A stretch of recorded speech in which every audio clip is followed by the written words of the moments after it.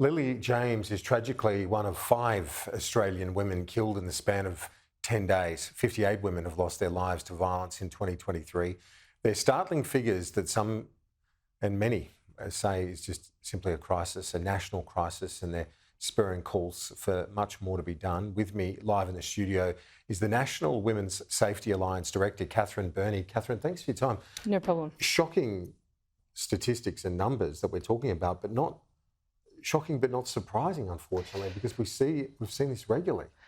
It's horrendous. I think the past month has been particularly difficult for our frontline services. I think everyone's feeling a bit lost, particularly with the level of violence that's been escalating.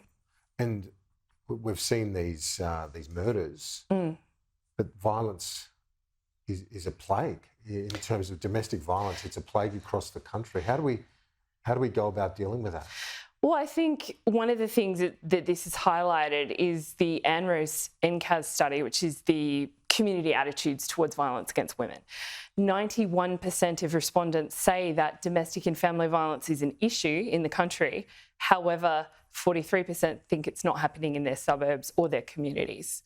So I guess the question that I ask, where is this violence happening? I mean, it's happening everywhere.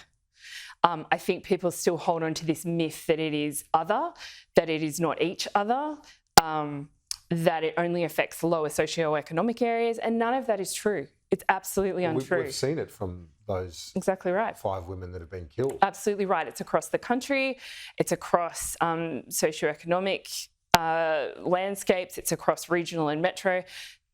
It is a really startling fact that violence is everywhere. And what that requires is a collaborative response, not only from sector, but from government. And we saw that leadership, the bipartisanship leadership yesterday from the Parliamentary Friends Group with Larissa Waters, Bridget Archer and Alicia Payne joining together to say, hey, we've actually got to recognise this is not happening elsewhere. It is happening everywhere. And we need to find out a way to address that. There's no doubt about it. If you think about those numbers that we touched on earlier and thought about it in the context of, say, terrorism, if that many people were killed by terrorists, this country, imagine how many, well, we'd be under martial law. We'd put into it. Yeah, we'd be all living under martial law to stop it. But it's because there is still this attitude that that is something that is private. And it's not private, and it shouldn't be private, and people should be given the tools to be able to help start conversations and become involved, particularly if they sense something happening in their neighbourhood.